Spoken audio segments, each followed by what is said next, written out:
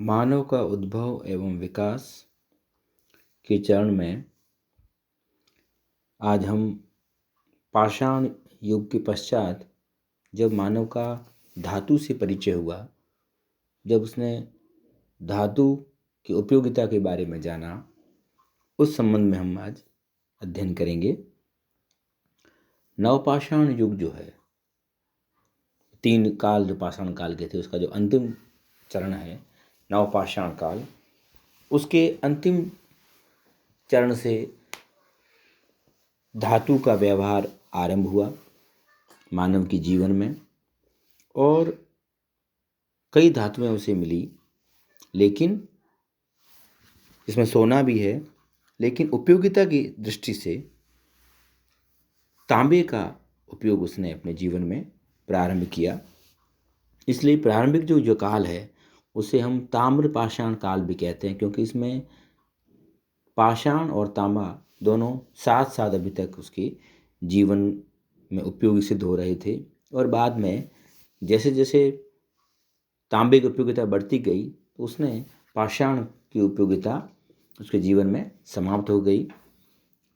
सुविधा अनुसार हम धातु युग को 3 कालों में विभक्त करते हैं: ताम्र युग, कांस्य युग और लोह युग। इन्हीं 3 चरणों में मानव सभ्यता का और आगे विकास हुआ। ताम्र युग में यद्यपि तांबे के आविष्कार, तांबे की उपयोगिता जो है वो हथियार तथा उपकरण में ही थी, किंतु अभी तक पत्थर के पुराने हथियारों का उपयोग भी हो रहा था। अतः ताम्र युग को हम प्रारंभ में ताम्र पाषाणिक काल भी कहते हैं। ताम्र पाषाण युग में आर्थिक व्यवस्था में महत्वपूर्ण परिवर्तन हुए। तांबे के आविष्कार या तांबे की खोज जो लगभग 5000 ईसा पूर्व में मेसोपोटामिया, जिसे आजकल इराक कहते हैं, मेसोपोटामिया यानी 2 नदियों के बीच का भाग, जिसे हम दोआब भी कहते हैं, दजला और फरात जो 2 नदियां हैं उनके बीच का जो क्षेत्र था, जो बड़ा उपजाऊ था, वहाँ पे ये सभ्यता पनपी। तो वहाँ पे हमें तांबे की प्रारंभिक जो उपयोगिता है वो हमें मिलती है कि यहाँ के मानव ने तांबे को अपने जीवन में उपयोग में लाना प्रारंभ किया। तांबे के उपयोग से जो है वो प्रोडक्शन बढ़ा, क्योंकि इससे जो है वो हल बने, पहिए, नाव में भी जो है वो उपयोगिता बढ़ी, और इसके साथ साथ इसका उपयोग अब मोहरों बनाने में भी होने लगा। और इससे जो विनिमय है, जो वस्तु विनिमय पहले जो था, एक्सचेंज का जो सिस्टम था, वो उसका प्रसार हुआ, एवं जो व्यक्तिगत स्वामित्व है उसकी भावना विकसित हुई, क्योंकि वो अब जो उपयोगिता जो है वो उसकी जब मुद्रा के रूप में उसका उपयोग होने लगा, वस्तु विनिमय में उसका उपयोग होने लगा, तो व्यक्तिगत स्वामित्व की भावना भी विकसित हुई। कबीले से राज्य की तरफ बढ़ने की प्रक्रिया भी आरंभ हुई। अंततः ताम्रयुगीन ग्रामीण संस्कृतियों ने, क्योंकि जो हम देखते हैं मेहरगढ़ जो कृषि सभ्यता थी वो एक ग्राम्य संस्कृति थी, ग्राम्य सभ्यता थी, और जब उसका डेवलपमेंट हुआ, जब वो आगे बढ़े हम कांस्य युग की तरफ आए, तो वो क्या थी, वो शहरी सभ्यता थी, जिसे हमें भारत में हड़प्पा सभ्यता थी, वो एक कांस्य युगीन सभ्यता थी। भारत के विभिन्न भागों से अनेक ताम्र पाषाणिक स्थल प्रकाश में आए हैं, जहां विकसित ग्राम्य सभ्यता के हमें साक्ष्य मिलते हैं। इस संस्कृति से संबद्ध स्थल दक्षिण पूर्व राजस्थान, जैसे आयट सभ्यता है, पश्चिमी मध्य प्रदेश, महाराष्ट्र और पूर्वी भारत में पाए गए हैं। राजस्थान की बनास घाटी में 2 प्रमुख स्थल प्रकाश में आए हैं, आहड़ और गिलुंड। गिलुंड जो है अभी राजसमंद में है। इन दोनों स्थलों पर बड़ी बस्तियों के प्रमाण मिलते हैं। मकान मिट्टी और पत्थर के बने हुए थे, परंतु गिलुंड में हमें पकाई गई ईंटों से बने हुए मकान भी मिले हैं। मकानों में तंदूर मिले हैं। अगर हम देखें कि भी तंदूर का डेवलपमेंट पहले हुआ हो या चूल्हे का, तो हमें तंदूर पहले मिलता है और उसके बाद में चूल्हा। मिट्टी के बर्तन काले और लाल रंग के होते थे, जिन पर सफ़ेद रंग से रेखा चित्र बने हुए थे। पत्थर के छोटे उपकरणों के साथ साथ ताम्र उपकरण भी बहुतायत से पाए गए हैं। तांबे की खानों से तांबा प्राप्त कर उसे गलाया जाता था और उससे विभिन्न उपकरण और आभूषण बनाए जाते थे। अंगूठी, चूड़ी, चाकू, कुल्हाड़ी इसके उदाहरण हैं।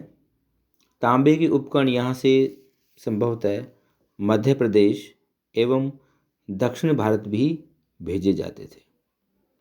कृषि, पशुपालन, मृण मूर्तियाँ, मनके, मोहरें आदि के भी प्रमाण मिलते हैं। मध्य प्रदेश में कायथ, ऐरान और नवदा टोली सबसे प्रमुख स्थल थे। कायथ जो है वो मध्य प्रदेश में है और यहाँ से प्राप्त जो महत्वपूर्ण पुरातात्विक साक्ष्य हैं उनमें चाक की सहायता से बनाई गई मिट्टी के बर्तन, तांबे की कुल्हाड़ियाँ, चूड़ियाँ, पत्थर के सूक्ष्म हथियार और मनके महत्वपूर्ण हैं। इसी प्रकार नवदा टोली जो महाराष्ट्र में है, वहाँ से हमें एक सुनियोजित बस्ती प्राप्त हुई है और यहाँ पर काले लाल रंग के मृदभांड, मिट्टी के बर्तन, तांबे के उपकरण तथा गेहूँ, मसूर, चना, मटर, खेसारी और चावल की कृषि के प्रमाण मिलते हैं। महाराष्ट्र से भी हमें अनेक ताम्रपाषाण स्थल प्रकाश में आए हैं। इनमें जोरवे है, दायमाबाद है, नासिक है, इनाम गांव है। यहाँ से हमें जो है वो कई स्थल प्राप्त हुए हैं। चाक निर्मित मृदभांड, इसमें जो चाक होता है गोल, उसके ऊपर जो है वो बनाना सीख गए थे, बर्तन बनाना, सुडोल बर्तन बनते थे। उसमें हमें विशिष्ट नमूना जो है वो टोंटीदार बर्तन, सुराही होती है ना वैसी टोंटी लगे हुए बर्तन, सूक्ष्म पाषाण के उपकरण, तांबे के बने उपकरण मिले हैं। पशुपालन में अगर हम देखें तो गाय, भैंस, बकरी, सूअर, भैंस, घोड़ा पालने और चावल, गेहूँ, जौ, मसूर, मटर, बैर, पटसन की कृषि के प्रमाण मिलते हैं। संभवतः यहाँ बाजरा की भी खेती होती थी। कच्ची ईंट और फूस से वर्गाकार, आयताकार या वृत्ताकार घर बनाए जाते थे। घर काफ़ी बड़े होते थे। इससे अंदाज लगता है कि परिवार विशाल होते थे। घरों में तंदूर और चूल्हा भी बना रहता था। कहीं कहीं पर घरों की घेराबंदी भी की जाती थी, चारों तरफ इसके जो फेंसिंग बाउंड्री होती थी। और सूत कातने एवं वस्त्र बुनने की कला भी से भी वो परिचित थे। इस तरह जो है वो धीरे धीरे अब सभ्यता का डेवलपमेंट हो रहा है। यहाँ से हमें अर्ध बहुमूल्य पत्थर के मनके भी प्राप्त हुए हैं। मातृ देवी की मृण मूर्तियाँ भी मिली है। शवाधान जो है मृत्यु के पश्चात, वो शवाधान जो है वो कलशों में घर की फर्श के नीचे किया जाता था। देखो अब घर में ही जो है वो उसका अंतिम संस्कार होता था। शवाधान कलशों में मिट्टी के बर्तन एवं तांबे की वस्तुएं भी रख दी जाती थी।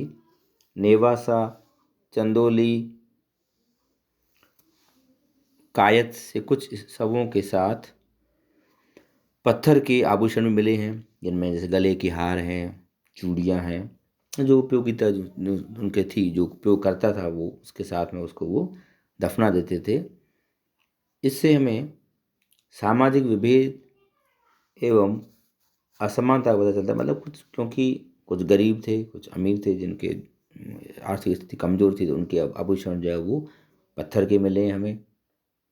और जिसके जो अमीर थे, जिनके पास आर्थिक स्थिति से संपन्न थे, उनके जो आभूषण जो है वो धातुओं के बने मिले हैं। इसी तरह दक्षिण भारत के स्थल जैसे ब्रह्मगिरी है, मास्की है, उत्तर प्रदेश में इलाहाबाद के पास में, बिहार में चिरांद के पास में, पश्चिम बंगाल राजा ढिब्बी, यहाँ से हमें ताम्र पाषाणिक संस्कृति के प्रमाण मिलते हैं। ताम्रयुगीन मानव ने भारत में पहली बार ग्राम्य सभ्यता की स्थापना की। मतलब इस तरह से जो धातु है वो अभी धातु की एंट्री हुई है, उसका प्रवेश हुआ है, और पत्थर के साथ साथ अभी धातु का उपयोग किया जा रहा था।